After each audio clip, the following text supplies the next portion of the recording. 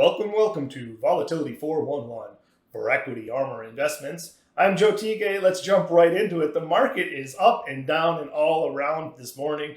We were higher pre-market ahead of GDP number, then we were lower. Then after the market opened, we've seen since recovered really on choppy back and forth action. And we're seeing this type of action on light volume. We have the 4th of July weekend coming up this weekend. Maybe some traders are taking it off. But with all that said, the VIX has remained somewhat firm. Usually we see a sell-off in volatility into a 3-day weekend. We haven't really seen that. And in reality, if you go back in the past week, now I know Tuesday we had a big reversal and some choppy action, of course. But the last week we've had a strong market, a big rally off of their recent lows. And we've seen the VIX not make a new relative low. And the VIX has been moderately firm while the market's going higher. So maybe that's a sign traders are worried about at the start of the third quarter. Now, if you go back, we're talking about the end of the quarter, you go back in time, the end of the first quarter, we saw a broad rally the last 2 weeks. We saw the VIX peak for the year at the start of March. And then since that end of that quarter, the market's been trending down. The VIX has been sideways and down too. So it's significant to me to see the VIX firm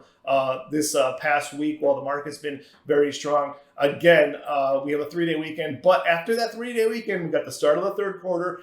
And we have a jobs number, which is going to be very important. The market's really moving on these economic data points. Like I mentioned GDP this morning. And for me, it's all back to the narrative of don't fight the Fed. The Fed has been hawkish. The market has not responded well to that. And the market's probably not going to change until the Fed ends their hawkish stance. And the Fed won't stop being hawkish until inflation comes under wraps. And inflation isn't likely to come under wraps until the economy cools off. So that's why this number this morning was really a head scratcher for me. We had weaker than expected GDP and hotter than expected inflation. That's kind of a double whammy for the Fed. That's the worst case scenario. So that's why setting up this next week's jobs number is so important.